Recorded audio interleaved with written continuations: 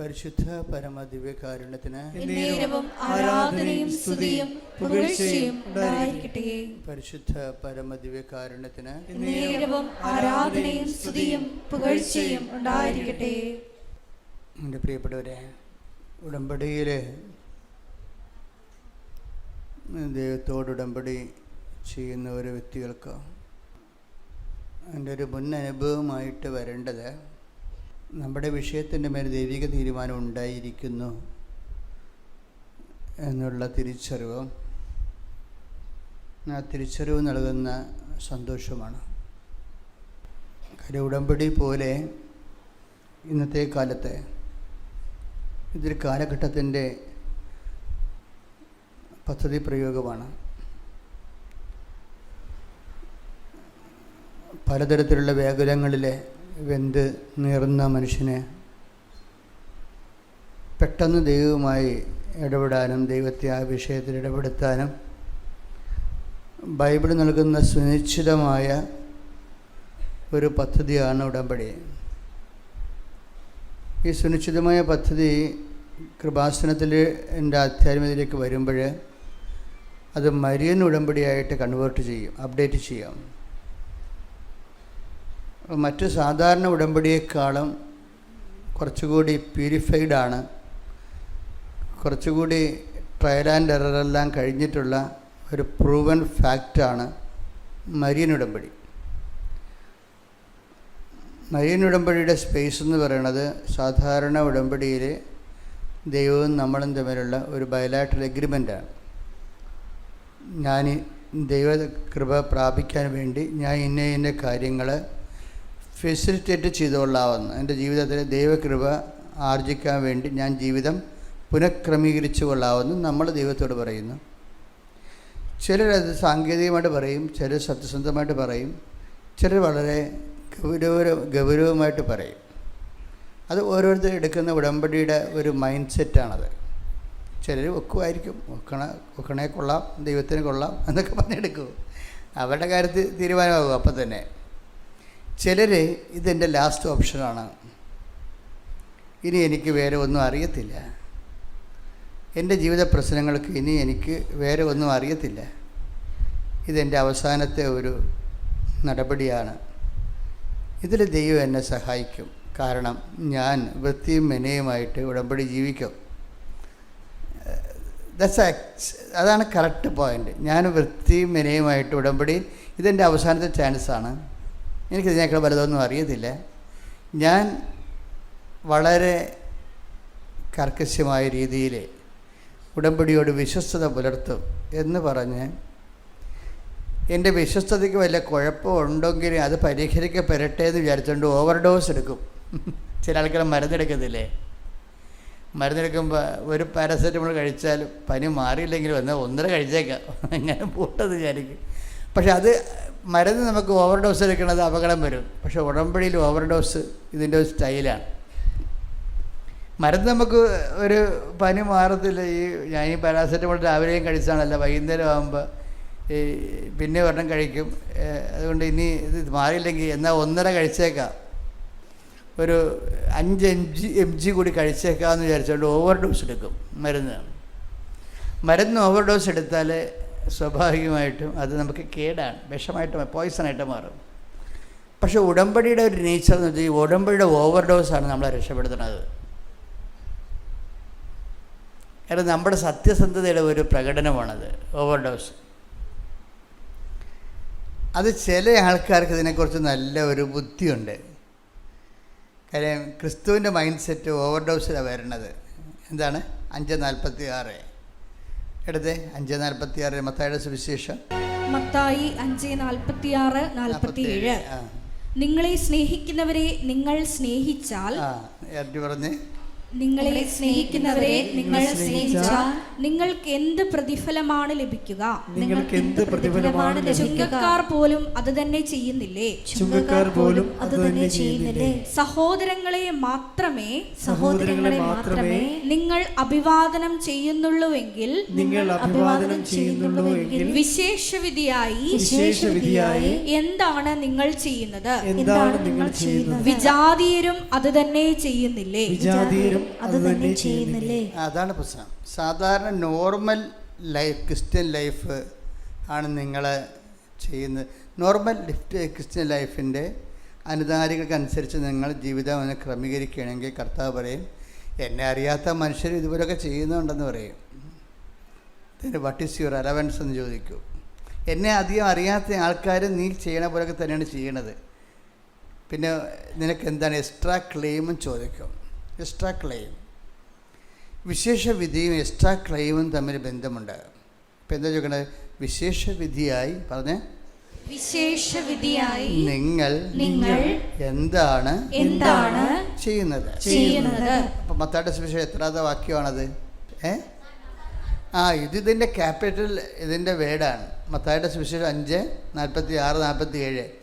വിശേഷവിധിയായി പറഞ്ഞ്, വിശേഷവിധിയായി നിങ്ങൾ എന്താണ് ചൊല്ലുന്നത് ആണോ? അതാണ് പ്രശ്നം. ഇവിടുത്തെ മുഴുവനും ട്രാജഡി എന്ന് പറയുന്നത്, ദൈവം എന്ന് പറയുമ്പോൾ തന്നെ ഉടനെ പറയും പ്രാർത്ഥനയാണ്. പ്രാർത്ഥന എന്ന് പറയുമ്പോൾ പറയും കൂടുതൽ പ്രാർത്ഥിക്കുന്നത് ആരാണ്? അവന് ദൈവം ഇങ്ങനെ വഴങ്ങി വരും, എവിടെ വരാൻ. പിന്നെ നിൻ്റെ ഈ നാക്കിൻ്റെ കളി കൊണ്ട് ദൈവം ഇങ്ങനെ ഒടിഞ്ഞു വരാൻ പോവുകയല്ലേ. അതാണ് ബൈബിൾ പറയണത്. വിശേഷവിധിയായി നിങ്ങൾ എന്താണ് ചെല്ലുന്നതെന്നല്ല. അതുകൊണ്ടാണ് നിങ്ങൾ പറഞ്ഞത് കർണക്കൊന്ത 101 പ്രാവശ്യം ചൊല്ലി, പ്രത്യക്ഷമാണ് 30 പ്രാവശ്യം ചൊല്ലി. വിശേഷവിധിയായി ചൊല്ലിക്കൂട്ടിയിട്ട് ദൈവത്തെ വഴക്കാമെന്ന് വിചാരിക്കരുത്. വിശേഷവിധിയായി നിങ്ങൾ എന്താണ് ചെയ്യുന്നത്? അതുകൊണ്ട് തന്നെയാണ് ഉടമ്പടിയിൽ ചെല്ലുന്ന പ്രാർത്ഥനയല്ല, ചെയ്യുന്ന പദ്ധതിയാണെന്ന് പറയണത്. ഇതാണ് ഫസ്റ്റ്. ഉടമ്പടിയും സാധാരണ ജീവിതവും തമ്മിലുള്ള വ്യത്യാസം എന്ന് വെച്ച് കഴിഞ്ഞാൽ, ഒന്ന് ചൊല്ലുന്ന പ്രാർത്ഥനയല്ല, പിന്നെ എന്താണ് ചെയ്യുന്ന പദ്ധതിയാണ്. ദൈവികമായ ശുശ്രൂഷ ചെയ്യണം. ഇനി ചെയ്യേണ്ടി വരുമ്പോൾ എന്താ, ഒരു കാര്യം നമുക്ക് ചെയ്യണമെങ്കിൽ എന്ത് വേണം? 3 ഇന്ധനങ്ങൾ വേണം. നമുക്ക് ഒരു കാര്യം ചെയ്യണമെങ്കിൽ 3 കാര്യങ്ങൾ വേണം. 3 ക്വാളിറ്റി വേണം, 3 കപ്പാസിറ്റി വേണം. എന്തൊക്കെയാണ്? വിശ്വാസം, പ്രത്യാശ, സ്നേഹം. ക്ലിയർ അല്ലേ? എൻ്റെ പേര് മൈക്കിൾ ജോയ്. ഞാൻ തോപ്പുംപടി സെയിൻറ്റ് സെബാസ്റ്റ്യൻ ചർച്ച് ഇടഭാഗമാണ്. ഞാൻ 2018 ഈ പരിശുദ്ധ കൃപാസന സന്നിധിയിൽ എത്തുന്നത്. ഒരു കൃപാസനം പത്രം എൻ്റെ കയ്യിൽ ലഭിച്ചതോടെയാണ് എന്നിൽ ഒരുപാട് മാറ്റങ്ങൾ വരുത്താനുള്ള കൃപ ഈ കൃപാസനത്തിലൂടെ എനിക്ക് ഉണ്ടായത്. എനിക്ക് ഒരുപാട് അനുഗ്രഹങ്ങൾ എനിക്കും എൻ്റെ കുടുംബത്തിനും ഈ കൃപാസനം വഴി, കൃപാസനത്തിന് വന്നതുകൊണ്ട് മാത്രം എനിക്ക് ഒരുപാട് ഒത്തിരി അനുഗ്രഹങ്ങൾ എനിക്ക് ലഭിച്ചിട്ടുണ്ട്. ചെറുതും വലുതുമായിട്ടുള്ള ഒരുപാട് അനുഗ്രഹങ്ങൾ. അതിൽ 1-2 ഞാനിവിടെ പറയുകയാണ്. ഞാനൊരു ഫിനാൻസ് മാർക്കറ്റിംഗ് ആണ്, എൻ്റെ കൺസൾട്ടൻസിയാണ്, സ്വന്തമായിട്ട് ചെയ്യുന്നതാണ്. ഞാൻ 2011 മുതൽ എൻ്റെ വീടിൻ്റെ മേളിലേക്കുള്ള 2ാം നില എടുക്കാനായിട്ട് ഞാൻ ശ്രമിച്ചുകൊണ്ടിരിക്കുകയായിരുന്നു. പക്ഷേ ഞാൻ ഓരോ പ്രാവശ്യം ശ്രമിക്കുമ്പോഴും അത് നടക്കാറില്ലായിരുന്നു. പക്ഷേ ഓരോ പ്രാവശ്യവും ഞാനിങ്ങനെ സാമ്പത്തികമായിട്ട് എവിടെയെങ്കിലും പൈസ അറേഞ്ച് ചെയ്യും. പക്ഷെ ഞാൻ വിചാരിക്കുന്ന രീതിയിൽ ഒന്നും കൊണ്ടുപോകാൻ എനിക്ക് സാധിച്ചില്ല. 2024 2ാം മാസത്തോടെ ഞാൻ പരിശുദ്ധ ഉടമ്പടിയിൽ ഞാൻ ഈ കാര്യം അമ്മയോട് അവതരിപ്പിച്ചു. വിത്തിൻ 2 months എനിക്ക് അതിനുള്ള സാമ്പത്തികമായിട്ടുള്ള എല്ലാ കൃപകളും അമ്മ എനിക്ക് അതിനൊരുക്കി തന്നു. ഞാൻ വളരെ നല്ലൊരു ഭവനം, അതായത് എല്ലാ സൗകര്യങ്ങളും കൂടിയിട്ടുള്ള ഒരു നല്ല ഭവനം എനിക്ക് തീർക്കുവാനായിട്ട് പരിശുദ്ധ അമ്മയുടെ കൃപയോടുകൂടി എനിക്ക് സാധിക്കുകയും അതോടുകൂടി അതിനുള്ള എല്ലാ സാമ്പത്തികവും എനിക്ക് എൻ്റെ ബിസിനസ്സിലൂടെ എനിക്ക് എൻ്റെ അമ്മ തരികയും ചെയ്തു. അതിന് പരിശുദ്ധ അമ്മയ്ക്ക് 1000 നന്ദി ഞാൻ അർപ്പിക്കുകയാണ്. രണ്ടാമത്, ഞാൻ 2018 മുതൽ ഇവിടെ 2 വീലറിലാണ് ഞാനും എൻ്റെ വൈഫും കൂടി വന്നുകൊണ്ടിരുന്നത്. ഏകദേശം 1.5 മണിക്കൂർ യാത്ര വൺ സൈഡ് ഉണ്ടാവാറുണ്ട്. ഈ കഴിഞ്ഞ 2024 ഒരു വൈഫിന് ഒരു ട്രീറ്റ്മെൻറ്റിൻ്റെ ഭാഗമായിട്ട് പിന്നീട് ബൈക്കിൽ യാത്ര ചെയ്യാൻ സാധിക്കാതെ വന്നു. അപ്പോൾ ഞാൻ എൻ്റെ ഉടമ്പടിയിൽ ഞാൻ പരിശുദ്ധ അമ്മയോട് പറഞ്ഞു, എനിക്കൊരു പഴയ ഒരു വാഹനം, ഒരു കാറ് വാങ്ങിക്കാനുള്ള ഒരു കൃപ എനിക്ക് തരണമെന്ന് ഞാൻ എൻ്റെ ഉടമ്പടിയിൽ വെച്ചു. പക്ഷേ 90 ദിവസം തികയുന്നതിന് മുന്നേ ആയിട്ട് എനിക്കൊരു പുതിയ വാഹനം വാങ്ങിക്കാനായിട്ട്, അതായത് ഞാൻ വാങ്ങിച്ചത് i20 ഫുള്ളി ഓട്ടോമാറ്റിക് വണ്ടിയാണ് വാങ്ങിച്ചത്. ഞാൻ സാധാരണഗതിയിൽ എനിക്ക് ലോൺ എടുക്കുന്നത് വളരെ ബുദ്ധിമുട്ടുള്ള കാര്യമാണ്. അപ്പോൾ ഞാൻ അമ്മയോട് പറഞ്ഞിരുന്നു, എനിക്ക് ലോൺ എടുത്ത് വണ്ടി വാങ്ങിക്കാനുള്ള എനിക്ക് അതിനുള്ള മാനസികാവസ്ഥയില്ല, കാരണം എല്ലാ മാസവും ലോൺ അടക്കുക എന്നുള്ള വളരെ ബുദ്ധിമുട്ടുള്ള കാര്യമാണ്. പക്ഷേ ഞാൻ എൻ്റെ അക്കൗണ്ടിൽ ആ ഒരു 3 months കൊണ്ട് എൻ്റെ അക്കൗണ്ടിൽ ആ ഫണ്ട്, എൻ്റെ അമ്മ ഒരു കാറ് വാങ്ങിക്കാനുള്ള ഫണ്ട് എനിക്ക് തന്നിട്ടാണ് ഞാൻ ഷോറൂമിലേക്ക് പോയത്. അത് ആ അമ്മ എനിക്ക് സെപ്റ്റംബർ 8 പരിശുദ്ധ അമ്മയുടെ ജന്മദിനമായ കഴിഞ്ഞ സെപ്റ്റംബർ 8 ഞാൻ എഗ്രിമെൻറ്റ് സൈൻ ചെയ്തു. ഞാൻ വണ്ടി വാങ്ങിച്ചു. അതോടൊപ്പം തന്നെ ഞാൻ കാറ് വാങ്ങിച്ചെങ്കിലും എനിക്ക് കാറ് ഡ്രൈവ് ചെയ്യാനായിട്ട് സാധിക്കുന്നില്ല. ലൈസൻസ് ഉണ്ട്, എങ്കിൽ പോലും എനിക്ക് ഡ്രൈവിങ് വളരെ ബുദ്ധിമുട്ടുള്ള കാര്യമായിരുന്നു. ഞാൻ മനസ്സിൽ കണ്ട പോലെ എല്ലാ കാര്യങ്ങളും സംഭവിച്ചത്. ഞാൻ വണ്ടി വാങ്ങിച്ച് വീട്ടിലിട്ട് പല രാത്രികളിലും ഞാൻ പല ആളുകളുടെ കൂടെ ഞാൻ ഒഴിഞ്ഞ സ്ഥലങ്ങളിൽ പോയി വണ്ടി ഓടിക്കാൻ ശ്രമിക്കും, പക്ഷെ നടക്കാറില്ല. പലപ്പോഴും 3-4 പേര് എൻ്റെ ഒപ്പം വന്നിട്ട് അവരെല്ലാം എന്നോട് ദേഷ്യപ്പെട്ട് പോകാനുണ്ടായത്. അവർ പറയുന്നത് പോലെ വണ്ടി ഓടിക്കാൻ എനിക്ക് സാധിക്കുന്നില്ലായിരുന്നു. ഓരോ ദിവസവും വൈകിട്ട് ഞാൻ വീട്ടിലേക്ക് വരുമ്പോഴേക്ക് വീട്ടിൽ നിന്ന് വിളിച്ച് പറയും, ഇന്ന് രാത്രിയിൽ വണ്ടി ഓടിക്കാൻ പോകണം. അപ്പോൾ കുഞ്ഞു കുട്ടികൾ നമ്മൾ ക്ലാസ്സിൽ കൊണ്ടുപോയി ഇരിക്കുന്ന ഒരവസ്ഥയായിരുന്നു എനിക്ക്. ബാത്റൂമിൽ പോകാൻ തോന്നുന്നു, അങ്ങനെയുള്ള ഓരോരോ ഉള്ളിൽ നിന്നും വേർക്കലും പിടിക്കലും ഒക്കെ ആയിരുന്നു എൻ്റെ ഉള്ളിൽ ഉണ്ടായിരുന്നത്. വണ്ടി കയറി ഇരുന്ന് കഴിഞ്ഞാൽ പിന്നെ ഞാൻ വേർത്ത്, AC വണ്ടിയാണെങ്കിലും ഞാൻ വേർത്ത് പോവുമായിരുന്നു, എനിക്ക് സാധിക്കുന്നില്ലായിരുന്നു. അങ്ങനെ 1 ആഴ്ച 2 ആഴ്ച 3 ആഴ്ചയോളം വണ്ടി വീട്ടിലിട്ടപ്പോൾ എൻ്റെ വൈഫ് പറഞ്ഞു, എന്തിനാണ് ഇത് വാങ്ങിച്ചിടാൻ പോയത്, ഇത് എന്തിനു കൊണ്ട് ഇട്ടിരിക്കുകയെന്നൊക്കെ ചോദിച്ചു. ഞാൻ മാനസികമായിട്ട് തളർന്നു പോയി. എൻ്റെ മോനും പറഞ്ഞു, ഇത് എന്തിനു വേണ്ടി വാങ്ങിച്ചു? അപ്പം ഞാൻ പറഞ്ഞു, നിനക്ക് വേണ്ടി വാങ്ങിച്ചാണ്, പക്ഷേ എനിക്ക് വേണ്ടിയാന്ന് അവൻ പറഞ്ഞു. ഞാൻ പിറ്റേ ദിവസം രാവിലെ ഞാൻ ഇവിടെ വന്ന അമ്മയോട് കരഞ്ഞ് പ്രാർത്ഥിച്ചു, അമ്മേ, ഈ ഒരു 2-3 ദിവസം കൊണ്ടിട്ട് ഞാൻ വണ്ടി എനിക്ക് നന്നായിട്ട് പഠിക്കാനും വണ്ടി റോട്ടിൽ ഇറക്കി ഓടിക്കാനുമുള്ള കൃപ എനിക്ക് തരണം ഇത്. കാരണം ഞാൻ അമ്മയോട് പറഞ്ഞതിൻ്റെ ഫലമായിട്ടാണ് എനിക്ക് വണ്ടി കിട്ടിയത്, പക്ഷേ എനിക്ക് വണ്ടി ഓടിക്കാൻ സാധിക്കുന്നില്ലായിരുന്നു. ഞാൻ ഇവിടെ വന്നു പരിശുദ്ധ അമ്മയോട് പ്രാർത്ഥിച്ചിട്ട് ഏകദേശം 2-3 മണിക്കൂർ ഞാൻ ഈ പരിശുദ്ധ തിരുസന്നിധിയിൽ ഞാൻ ഇരുന്നു, ഞാൻ പ്രാർത്ഥിച്ചു. ഞാൻ വീട്ടിലേക്ക് പോയി. പിറ്റേ ദിവസം രാവിലെ ഞാൻ വൈഫിൻ്റെ അടുത്ത് പറഞ്ഞു, വണ്ടിയിൽ കയറിക്കോളാൻ പറഞ്ഞു. വണ്ടി ഞാൻ മുന്നോട്ടെടുത്തു. എല്ലാ ഇട റോഡുകളിലും വലിയ റോഡുകളിലൊക്കെ ഞാൻ വണ്ടി എടുത്തുകൊണ്ട് പോയി. യാതൊരു ഭയപ്പാട്. ഞാൻ പരിശുദ്ധ അമ്മയോട് എൻ്റെ വണ്ടിയുടെ അകത്ത് ഞാൻ വെച്ചിരിക്കുന്നത് മുന്നിലും പുറകിലെല്ലാം പരിശുദ്ധ അമ്മയുടെ ചിത്രമാണ് ഞാൻ വെച്ചിരിക്കുന്നത്. അപ്പോൾ ഞാൻ അമ്മയോട് പറഞ്ഞു, അമ്മേ, ഞാനല്ല വണ്ടി ഓടിക്കുന്നത്, അമ്മയായിരിക്കും വണ്ടി ഓടിക്കുന്നത്, എന്നെ കാത്തുകൊള്ളണം. അതോടൊപ്പം ഞാൻ വണ്ടി എടുക്കുമ്പോൾ പരിശുദ്ധ തൈലം ഞാൻ വണ്ടിയുടെ മുന്നിലും സൈഡിലും കോർണറിലും എല്ലാ ഭാഗത്തും ഞാൻ ഇടായിരുന്നു. അപ്പോൾ എൻ്റെ മകൻ എൻ്റെ അടുത്ത് പറയും, എണ്ണ പറ്റേണ്ട ആവശ്യമൊന്നുമില്ല, വണ്ടി നല്ല രീതിയിൽ ഓടിച്ചാൽ മതി എന്ന് പറയും. അപ്പം ഞാൻ ചിരിക്കും. പക്ഷേ എൻ്റെ വണ്ടി ഓടിക്കുന്നത് ഞാൻ എവിടെ പോയാലും എത്ര ദൂരെ പോയാലും എനിക്ക് ഇപ്പോൾ യാതൊരു ഭയമില്ല. 4 ദിവസം 5 ദിവസം കൊണ്ടിട്ട് കിലോമീറ്ററുകളോളം എനിക്ക് വണ്ടി ഓടിക്കാനായിട്ട് എൻ്റെ അമ്മ, എൻ്റെ കൃപാസന അമ്മ എനിക്ക് അതിനുള്ള കൃപ തന്നു. ഞാനിപ്പോൾ എല്ലാ പ്രാവശ്യവും ഇപ്പോൾ എനിക്ക് തോന്നുന്നത് എനിക്കൊരു 2 വീലറുണ്ട്. ആ 2 വീലർ 2,50,000 കിലോമീറ്റർ ഓടിയിട്ടുണ്ട്. അതിലെനിക്ക് തോന്നുന്നത് 2 ലക്ഷം കിലോമീറ്റർ ഞാൻ കൃപാസനത്തിന് വന്നത് മാത്രം ഓടി വന്നതാണ്. ഇപ്പം എൻ്റെ പുതിയ കാറ് ഈ 3 മാസം സെപ്റ്റംബറിലാണ് ഞാൻ വണ്ടി എടുത്തത്. ഈ 3 മാസം കൊണ്ട് 3500 കിലോമീറ്റർ ഓടിയിട്ടുണ്ടെങ്കിൽ 3000 കിലോമീറ്റർ എൻ്റെ പരിശുദ്ധ അമ്മയെ കാണാൻ വേണ്ടി മാത്രം വന്നതാണത്.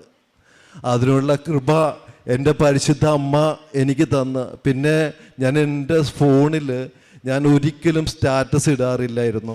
ആ സ്റ്റാറ്റസിൽ എൻ്റെ പരിശുദ്ധ അമ്മയുടെ സ്റ്റാറ്റസ് മാത്രമേ ഞാൻ ഇടാറുള്ളൂ. അപ്പം ഞാൻ അതിന് താഴ്ത്തി ഞാനൊരു ക്യാപ്ഷൻ കൊടുക്കും, എൻ്റെ കൃപാസനം അമ്മ എന്ന്. അപ്പം ഞാനിവിടെ പലപ്പോഴും വരുമ്പോഴേക്കും എനിക്ക് എൻ്റെ ഫ്രണ്ട്സൊക്കെ എനിക്ക് നിൻ്റെ കൃപാസനം അമ്മേ, അതെവിടുത്തെ അമ്മയാന്ന് ചോദിക്കും. പക്ഷെ ഞാൻ എൻ്റെ അമ്മയോട് പറയും, എൻ്റെ സ്വന്തം അമ്മയെ പോലും എൻ്റെ അമ്മയെന്ന് എനിക്ക് വിളിക്കാനുള്ള അവസരം എനിക്ക് വളരെ കുറവായിരുന്നു. പരിശുദ്ധ കൃപാസനമ്മയുടെ ഈ പരിശുദ്ധ സന്നിധിയിൽ ഞാൻ വന്ന് നിൽക്കുമ്പോൾ എൻ്റെ കൃപാസനമ്മ, എൻ്റെ അമ്മയെന്ന് ഞാൻ വളരെ സ്വരത്തിൽ ഞാൻ വിളിച്ചപേക്ഷിക്കും. അതിനുള്ള കൃപ എൻ്റെ ബിസിനസ്സിലാണെങ്കിലും എൻ്റെ മക്കളുടെ കാര്യത്തിലാണെങ്കിലും എൻ്റെ ഭാര്യയുടെ കാര്യത്തിലാണെങ്കിലും എല്ലാം പരിശുദ്ധ അമ്മ എനിക്ക് ഈ പരിശുദ്ധ സന്നിധിയിൽ വന്നതിന് ശേഷം ഒരുപാട് അനുഗ്രഹങ്ങൾ തന്ന് എന്നെ അനുഗ്രഹിച്ചിട്ടുണ്ട്. അതോടൊപ്പം തന്നെ പല പല പ്രശ്നങ്ങളിൽ നിന്നും പല പല അപകടങ്ങളിൽ നിന്നും എന്നെ പരിശുദ്ധ അമ്മ കാത്തു പരിപാലിച്ചിട്ടുണ്ട്, എന്നെ എൻ്റെ കുടുംബത്തെയും. ഞാൻ ചാരിറ്റി ആയിട്ട് ചെയ്യുന്നത്, ഞാൻ കൃപാസനം പത്രം പല സ്ഥലങ്ങളിൽ 50-60 കിലോമീറ്ററിൽ 2 വീലറിൽ പോയിട്ട് ആരും കയറാത്ത ഉൾപ്രദേശങ്ങളിൽ കാടിനിടയിലൂടെയൊക്കെ ഇടവഴിയിലൂടെ കയറി ഞാൻ ഒരുപാട് ഞാൻ ഇവിടെ നമ്മൾ പുതുക്കുമ്പോൾ 3 കെട്ട് 10 രൂപ കിട്ടണമെന്നുണ്ടെങ്കിൽ ഞാൻ ഓരോ പ്രാവശ്യവും വന്നിട്ട് 3 കെട്ട് 10 കെട്ട് അങ്ങനെയുള്ള രീതിയിൽ ഞാൻ കൊണ്ടുപോയി എല്ലാ ഉൾപ്രദേശങ്ങളിലും. ഞാൻ പലരും എന്നോട് കഴിഞ്ഞ മാസം എന്നോടൊരു ചേച്ചി പറഞ്ഞു പത്രം കൊടുത്തപ്പോൾ, ഇതെല്ലാം കൃപാസനമെല്ലാം പൂട്ടിക്കെട്ടേണ്ട സമയം കഴിഞ്ഞു. അപ്പം ഞാൻ ചേച്ചിയോട് ചോദിച്ചു, എന്താ ചേച്ചി അങ്ങനെ പറഞ്ഞ? ആരോ പറഞ്ഞു ഇങ്ങനെ മാതാവ് സഹരക്ഷയാന്ന് പറഞ്ഞു. പിന്നെ ഞാൻ അമ്മയോട് വിവരിച്ചു കൊടുത്തു, ആ ചേച്ചിയോട് വിവരിച്ചു കൊടുത്തു. അവർ ഒരുപാട് ആളുകളെ അതിനിടയിൽ കൂടിയിട്ട് ഒരുപാട് എനിക്ക് നെഗറ്റീവായിട്ട് കമൻസൊക്കെ പാസ്സാക്കിയെങ്കിലും അവരെല്ലാവരെയും ഓവർകം ചെയ്തുകൊണ്ടിട്ട് മുന്നോട്ട് പോകാനായിട്ടും, അതോടൊപ്പം ഞാൻ പത്രം കൊടുത്ത ആ ചേച്ചി ആ പത്രം സ്വീകരിക്കുകയും അവർ സന്തോഷത്തോടെ എന്നെ പറഞ്ഞയക്കുകയും. അങ്ങനെ ഒരുപാട് നെഗറ്റീവ്സ് ഈ പത്രം കൊടുക്കുന്നതിലൂടെ എനിക്ക് കിട്ടിയിട്ടുണ്ട്. ഞാൻ കഴിഞ്ഞ ദിവസം വേളാങ്കണ്ണി പോയപ്പോൾ ഞാൻ ഇവിടുന്ന് പത്രം വാങ്ങിച്ച് കുറച്ച് കെട്ട് പത്രം വാങ്ങിച്ച് കൊണ്ടുപോയിട്ട് വേളാങ്കണ്ണിയിൽ തമിഴ് പത്രം കൊണ്ടുപോയി ഞാൻ ഡിസ്ട്രിബ്യൂട്ട് ചെയ്തായിരുന്നു. അങ്ങനെ ഞാൻ പലരോടും, ഞാൻ ഒറ്റയ്ക്കാണ് പത്രം കൊടുക്കാൻ പോകുന്നത്. അപ്പം ഞാൻ പലരോടും പറയും, ഞാൻ അമ്മയുടെ പരിശുദ്ധ കൃപാസനം അമ്മയുടെ പ്രേഷിതനാണ്. അപ്പം എൻ്റെ അടുത്ത് ചോദിക്കും നിൻ്റെ ജോലി എന്താണെന്ന്. അപ്പം ഞാൻ പറഞ്ഞു ഞാനൊരു പ്രേഷിത പ്രവർത്തകനാണെന്നാണ് ഞാൻ പറയുന്നത്. അതുകൂടാതെ ഞാൻ ചാരിറ്റി ചെയ്യുന്നത്, ഞാൻ പലർക്കും എല്ലാ മാസവും മരുന്ന് വാങ്ങിക്കാനും ഭക്ഷണത്തിനുള്ള വകയും ഞാൻ പല സ്ഥലത്തായിട്ട് പലർക്കായിട്ട് കൊടുക്കാറുണ്ട്. അതുകൂടാതെ ഞാൻ കുഞ്ഞുമക്കൾക്ക്, അതായത് വസ്ത്രങ്ങളില്ലാത്ത കുഞ്ഞുമക്കൾ, ഭക്ഷണത്തിന് വിഷമിക്കുന്ന കുഞ്ഞുമക്കൾ, ഇപ്പം ചില കുഞ്ഞുങ്ങൾ വളരെ നല്ല രീതിയിൽ വളരെ നല്ല ചോക്ലേറ്റൊക്കെ വാങ്ങിച്ച് കഴിക്കണം. ഞാൻ അവർക്കെല്ലാം നല്ല ചോക്ലേറ്റ്, അതായത് സിൽക്കി അങ്ങനെയുള്ള നല്ല മിഠായികളൊക്കെ വാങ്ങിച്ചു, വില കൂടിയ മിഠായികളൊക്കെ വാങ്ങിച്ചു കൊടുക്കും. അവർക്ക് വേണ്ടുന്ന കാര്യങ്ങളൊക്കെ. അതോടൊപ്പം തന്നെ ഞാനൊരു കുഞ്ഞുമക്കൾക്ക് വേണ്ടിയിട്ടൊരു സംരംഭം ഞാനിങ്ങനെ സ്റ്റാർട്ട് ചെയ്തിട്ടുണ്ട്. ഞാൻ തന്നെ ജോലിയെടുത്തു, എൻ്റെ പണം കൊണ്ട് ഞാൻ അവരെ പഠിപ്പിക്കുക, അവർക്ക് വേണ്ടിയിരുന്ന ഭക്ഷണ കാര്യങ്ങൾ കൊടുക്കുക, ഡ്രസ്സുകൾ കൊടുക്കുക. ഇതെല്ലാമാണ് എൻ്റെ ചാരിറ്റിയിൽ ഞാൻ ഉൾപ്പെടുത്തിയിരിക്കുന്നത്. കൂടാതെ ഞാൻ പരിശുദ്ധ കൃപാസനത്തിൽ വന്നത് മുതലാണ് ഞാൻ പള്ളിയുടെ അകത്ത് കയറാൻ തുടങ്ങിയതും കൊന്തെത്തിക്കാൻ തുടങ്ങിയതും. ഇന്ന് ഞാൻ ഒരു ദിവസം ചിലപ്പോൾ 10 കൊന്ത വരെയൊക്കെ ഞാൻ ചെല്ലാറുണ്ട്. ഒരു കൊന്ത പോലും എത്തിക്കാതിരുന്ന ഞാനാണ്. അതിനുള്ള കൃപ എൻ്റെ പരിശുദ്ധ അമ്മ എനിക്ക് തന്നു. പിന്നെ കൂടാതെ ഞാൻ ഒരു വ്യക്തിയോട് സംസാരിക്കുമ്പോൾ ആ വ്യക്തിയോട്, അല്ലെങ്കിൽ ഒരുപാട് പേര് കൂടി നിൽക്കുന്നിടത്താണെങ്കിലും പരിശുദ്ധ കൃപാസനമ്മയുടെ ആ ഒരു പേര് ഞാൻ അവിടെ പറഞ്ഞിട്ട് ഞാൻ അവിടെ നിന്ന് മൂവ് ചെയ്യാറുള്ളൂ. പിന്നെ പലരോടും ഞാൻ ഒരുപാട് പേര് ഞാനിവിടെ കൃപാസനത്തിൽ കൊണ്ടുവന്നിട്ടുണ്ട്. ഒരുപാട് പേര് ഉടമ്പടി എടുത്തിട്ടുണ്ട്. പലർക്കും പല അനുഗ്രഹങ്ങൾ ലഭിച്ചിട്ടുണ്ട്. ഒരുപാട് പേര് വന്നു പോയിട്ടുള്ളവരുണ്ട്. ഇപ്പോഴും ഞാൻ പലരെയും ഇവിടെ കൊണ്ടുവരാനായിട്ട് സഹായിക്കുന്നുണ്ട്. ഇതൊക്കെയാണ് പരിശുദ്ധ കൃപാസന അമ്മ എനിക്ക് തന്ന അനുഗ്രഹങ്ങൾ. ഞാൻ എൻ്റെ വീടിൻ്റെ പണി കഴിഞ്ഞപ്പോഴേക്ക് അത്യാവശ്യം നല്ല എമൗണ്ട് ആ സമയത്ത് എൻ്റെ അമ്മ തന്നു. നല്ല രീതിയിൽ ഉള്ളിലെല്ലാം നല്ല ഇൻറ്റീരിയറിലൊക്കെ ചെയ്തു, നല്ല രീതിയിൽ ചെയ്തു. അതിനുശേഷം എൻ്റെ വീടിനെ ഞാനൊരു പേര് വിട്ടു, കൃപാസനം.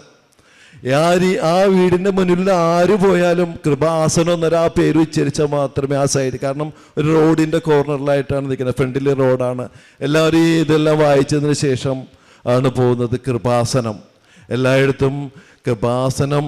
ഞാൻ എൻ്റെ നാവിൽ ഞാൻ ഒരു നിമിഷം എൻ്റെ ശ്വാസം വിടുമ്പോൾ പോലും ഞാൻ എൻ്റെ കൃപാസനം എന്ന് ഞാൻ എപ്പോഴും വിളിക്കാറുണ്ട്. ഉറക്കത്തിലും ഊണിലും എവിടെ നിന്നാലും ഇരുന്നാലും എപ്പോഴും പരിശുദ്ധ അമ്മ എൻ്റെ കൂടെ, എൻ്റെ നിഴലായിട്ട് എപ്പോഴും എൻ്റെ പരിശുദ്ധ അമ്മ എൻ്റെ കൂടെയുണ്ട്. എൻ്റെ മക്കളോടൊപ്പം ഉണ്ട്, എൻ്റെ കുടുംബത്തോടൊപ്പം ഉണ്ട്, ഞാൻ സഹായിക്കുന്ന മക്കളോടൊപ്പം ഉണ്ട്.